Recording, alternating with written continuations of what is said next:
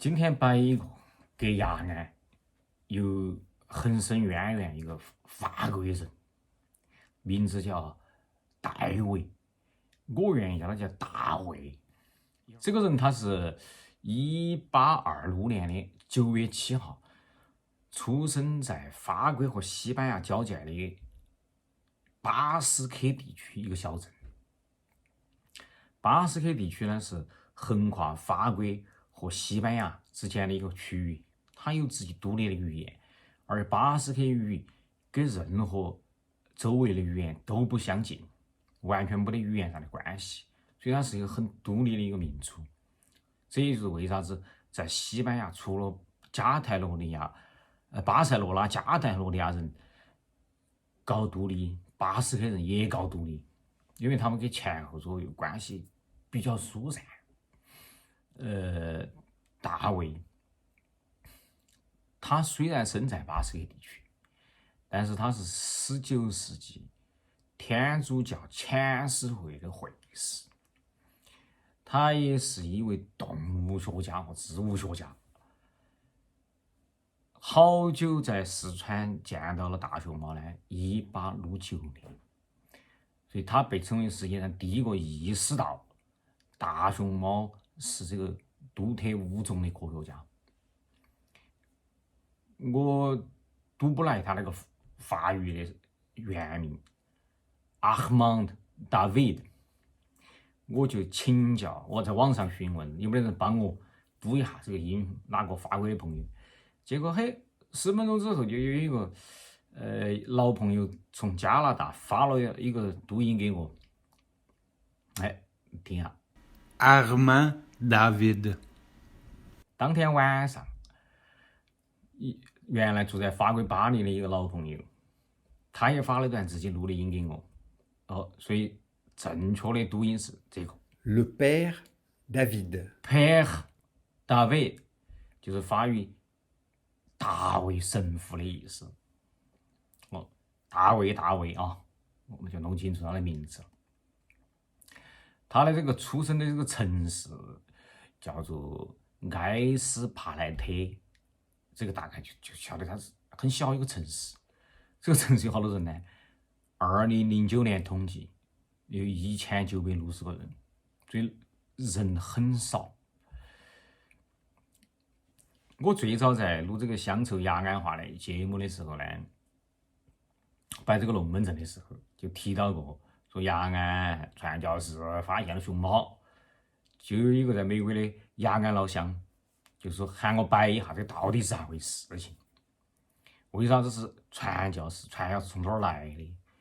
这个话就要从大航海时期哥伦布说起，因为有这个大航海的推进，所以就导致了葡萄牙人、西班牙人可以通过这个绕过非洲，在印度落个脚，最后到澳门。这是最早和中国的接触。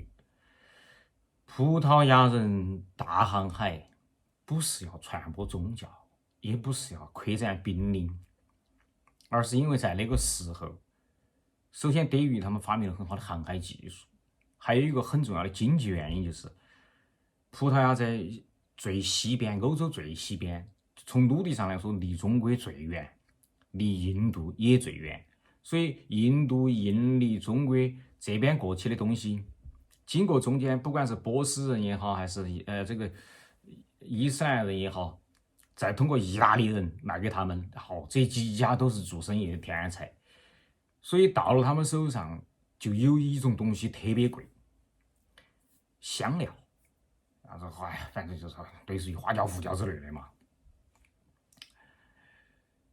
为了把这个比黄金还贵的香料找到自己的一条通道，所以他们被迫从海路往这个南亚这个地方来找香料之路。这个事情我又在哪儿听来呢？我到葡萄牙里斯本的海事博物馆，我去看到人家介绍，才晓得原来说的啥子帝国主义搞庆了呢？不全是，也是，但是最根本的动机，大航海就这么来的。包括他们咋个发现了这个南美洲，包括咋个印度为啥子现在还有个城市叫好像叫果阿嘛，还是讲葡萄牙语，就是因为当时航海的时候就在那儿做。那么印度的果阿和中国的澳门都是同一个道理，都是葡萄牙人在那儿做港口。大航海之后几十年，就有传教士到澳门。但是实际上要等到了1580年，也就是说明朝末期的时候，晚明嘛，也不是末期，有一个著名的传教士叫利玛窦，这个人是个意大利人，家乡在马切拉塔。我到那个马切拉塔去过一回，也去过一盘。马切拉塔有好大呢，就是昌黎山那么大，但是建成一些城堡一样的一个小城市，里头有个大学，马切拉塔大学。马切拉塔那个城市啥最多？书店最多，因为很多人在那儿上大学，基本上一半多的人都是在那儿上大学的人。他们到了澳门之后，这些传教士就开始学汉语，就开始穿汉服。后头就逐渐就把这个教传到中国不说，还把中国的一些独特的东西介绍到西方，尤其是思想。到中国的传教士不止到澳门那一支，澳门那只是起点，他们是耶稣会士，这个天主教到中国传教的。耶稣会、方济各会、遣使会，还有一个叫做罗明我会，这都是翻译的名字嘛。1773年，在清朝的乾隆年间，罗马教廷就梵蒂冈教廷就宣布解散耶稣会。1633年，遣使会就开始在中国活动。那么在今天现在耳今眼目下，都有4000个人在全世界86个国家活动。这个戴维就是遣使会的成员之一。遣使会主要由法国人组成，当然也有来自荷兰啊、波兰啊、比利时啊、意大利啊、美国啊、爱尔兰这些国家的传教士。49年之后，到52年应该是，外国传教士呢就全部拿给政府请柬，拜拜再见，目送出国，外交语言叫做驱逐，所以他们基本就停止活动了。这大概就是简单说这天主教罗马教廷，或者说天主教梵蒂冈教廷在中国的活动。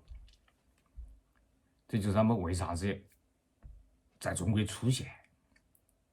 另外一个就是要回答啥问题呢？这些传教士跑中国来到底干啥子？实际上他们都起码身兼2职，甚至多职。你比如说在清廷有些著名的传教士，比如郎世宁，他又是画家，又传教，他同时也搬运一些中国的知识，是如今嘛，介绍到西方。传教、科学研究，这是他们主要的2大责任，其中包括测绘地图、采集标本、地质研究，就是矿物质研究，还有呢就是体察国情，老百姓是啥样子。现在呢就叫所谓社会学、人类学的研究。那么这个又为啥子是这个大卫跑到中国雅安保兴去了呢？那是在他们那个年代，就是这个基本上是他到中国来的1860几年。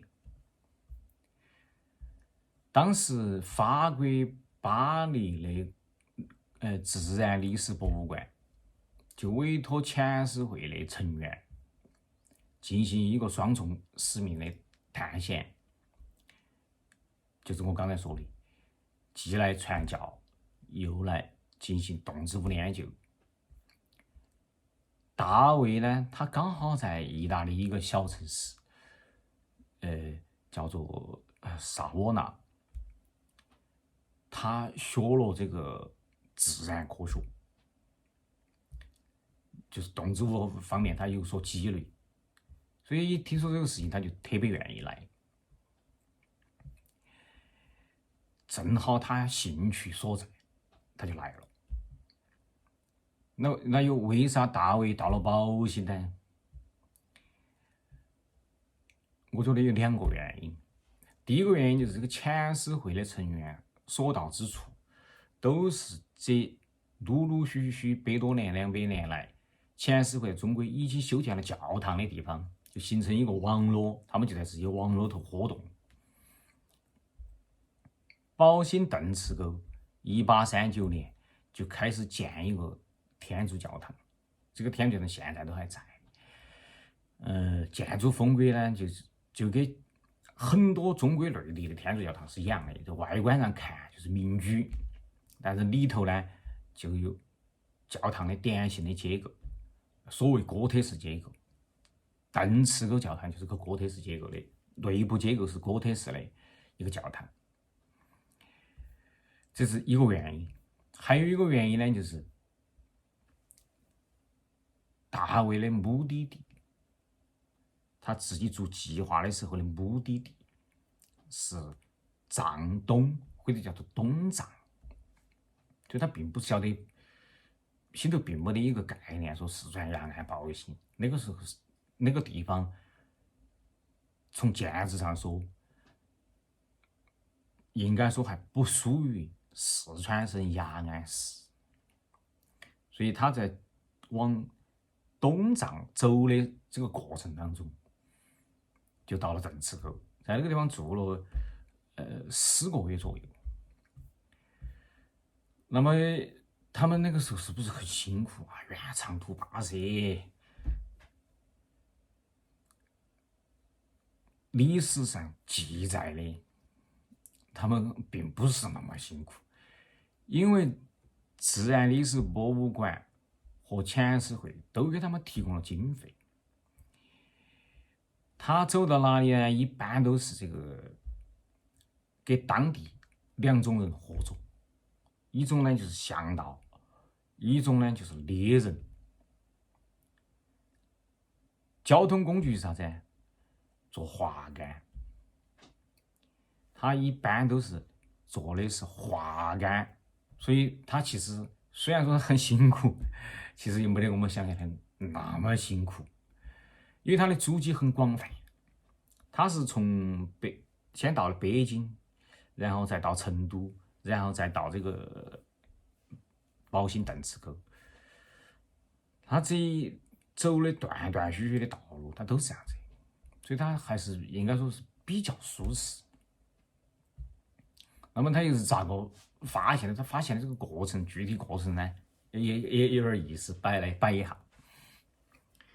这个1868年5月份，就往邓池沟方向走，到了1869年2月份，先补充下，这个地方这个时候是清朝的同治年间。69年2月份，他到了这个宝兴的邓池沟，他就第一次听到说有一个黑白的皮肤的熊，当时跟他说的是熊，不是猫儿。到了3月11号，他和一个姓李的猎手看到了一只死的熊猫，当时他就认为这个可能是一个没有记载的一种动物，一种物种。他立即就派这个李姓，就是李猎人嘛，李猎人去帮他抓，哎，确实抓到了。但是呢，抓到之后没得好久，这个熊猫又死了。3月23号，第二次抓到熊猫又死了。所以3月11号，他第一次见到一只死的，接到马上派猎人抓了只活的，但是呢，3月23号又死了。他就把这个制成了标本。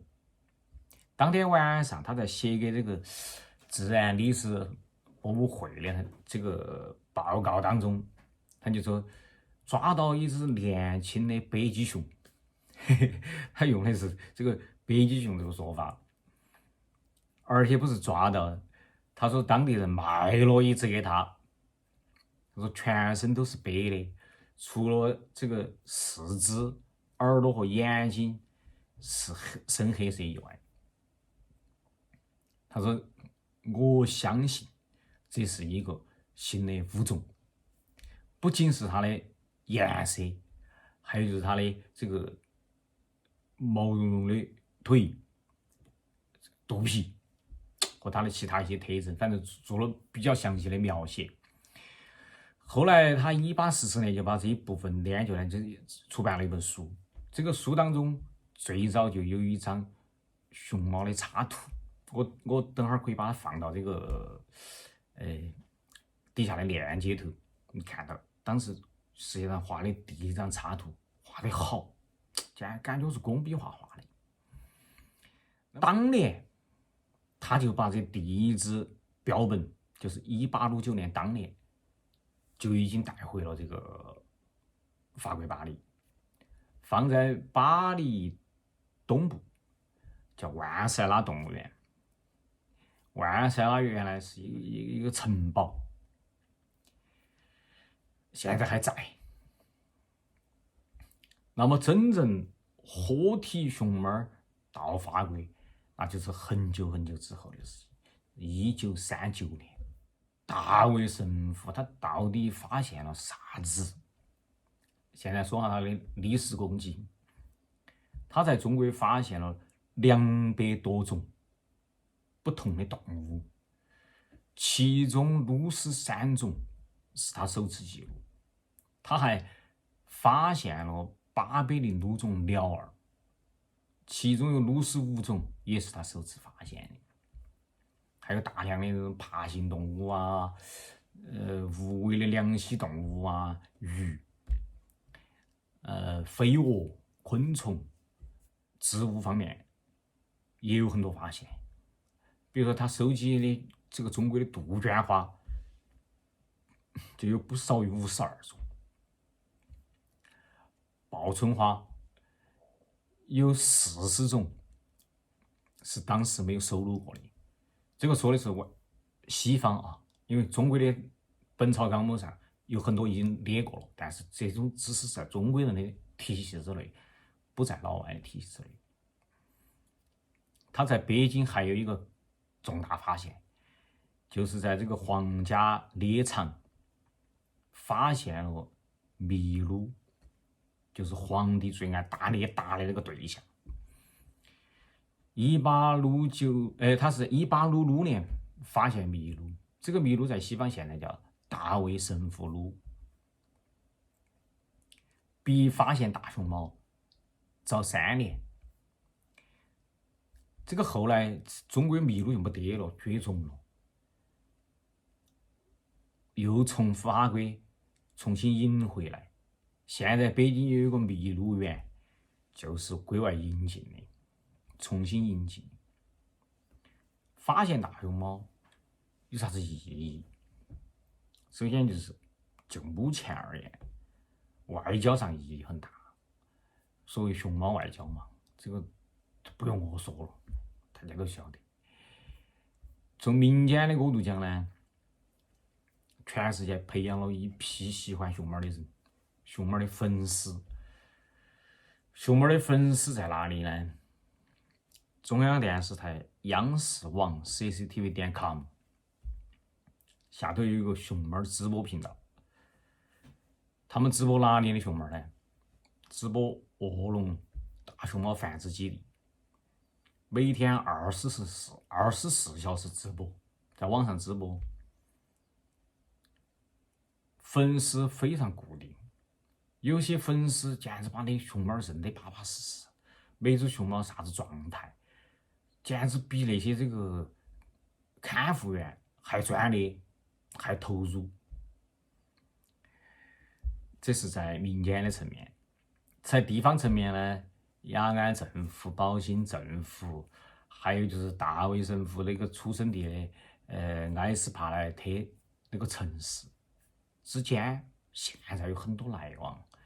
我看应该是前年嘛，去年不是大熊猫科学发现150周年嘛，组织了很多活动，看宝兴新华网还直播了嘛。另外就是大卫那些后人，我看好像前不久报道也到邓池沟去过。现在邓池沟好像有一个大熊猫啥子发现地、博物馆之类的。我还没去过，但是我网上看了哈他们拍的那些视频。在雅安宝兴那个地方呢，做到那个样子也已经很不容易了，还是很不错的。二呢，好久回雅安空了的时候再去看一看。我原来去过风筒寨，很早的时候去过风筒寨，也跟熊猫近距离接触过，但是呢没有去邓池沟那个天主堂。二呢有空的时候在天主堂去耍一下。